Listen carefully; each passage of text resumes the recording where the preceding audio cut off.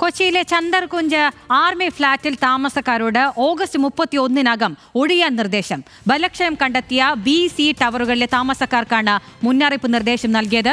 അതേസമയം വാടക അടക്കമുള്ള കാര്യങ്ങളിൽ വ്യക്തത വരുത്താത്തത് താമസക്കാരെ ആശങ്കയിലാക്കുന്നു.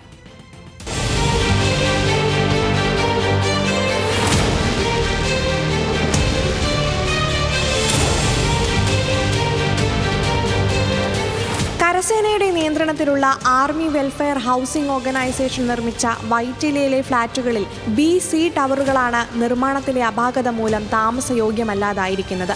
29 നിലകളുള്ള 2 ടവറുകളിലായി 208 ഫ്ളാറ്റ് ഉടമകളാണ് ഇവിടെയുള്ളത്. ഹൈക്കോടതി നിർദ്ദേശപ്രകാരം പൊളിക്കൽ നടപടികൾ വേഗത്തിലാക്കാനാണ് ജില്ലാ ദുരന്ത നിവാരണ അതോറിറ്റിയുടെ തീരുമാനം. ഓഗസ്റ്റ് 31-നകം ഒഴിപ്പിക്കൽ നടപടികൾ പൂർത്തിയാക്കണം. ഈ വർഷം അവസാനത്തോടെ പൊളിക്കൽ പൂർത്തിയാക്കാനാണ് തീരുമാനം.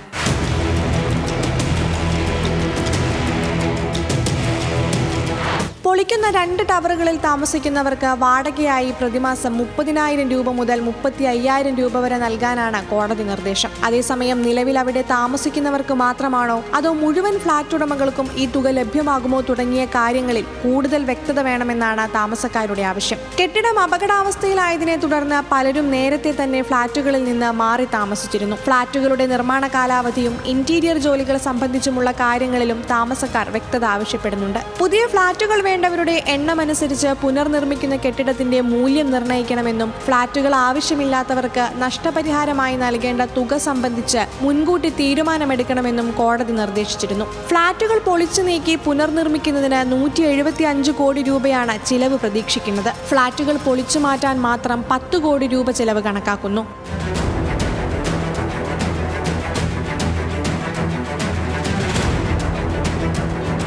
സൈനിക ഉദ്യോഗസ്ഥർ, വിരമിച്ച സൈനിക ഉദ്യോഗസ്ഥർ എന്നിവർക്കായി നിർമ്മിച്ച ഫ്ളാറ്റ് 2018-ലാണ് കൈമാറിയത്. AWHO ഉദ്യോഗസ്ഥരും കരാറുകാരും ചേർന്ന് നടത്തിയ അഴിമതിയാണ് ഫ്ളാറ്റുകൾ പൊളിയാൻ കാരണമാക്കിയതെന്ന് ചൂണ്ടിക്കാട്ടി താമസക്കാർ തന്നെയാണ് ആദ്യം രംഗത്തെത്തിയത്. പിന്നീട് വർഷങ്ങൾ നീണ്ട നിയമ പോരാട്ടത്തിനൊടുവിൽ ഹൈക്കോടതി ഫ്ളാറ്റ് പൊളിച്ചു നീക്കി പുനർനിർമ്മിക്കാൻ ഉത്തരവിട്ടു. ഉപ്പ് കലർന്ന വെള്ളം ഉപയോഗിച്ച് കോൺക്രീറ്റിംഗ് നടത്തിയതടക്കമുള്ള ഗുരുതരമായ ക്രമക്കേടുകൾ നിർമ്മാണത്തിനിടെ നടന്നതായാണ് കണ്ടെത്തൽ. ക്രമക്കേടുകളെക്കുറിച്ച് CBI അന്വേഷണം നടത്തണമെന്ന ആവശ്യവും താമസക്കാർ ഉയർത്തുന്നുണ്ട്.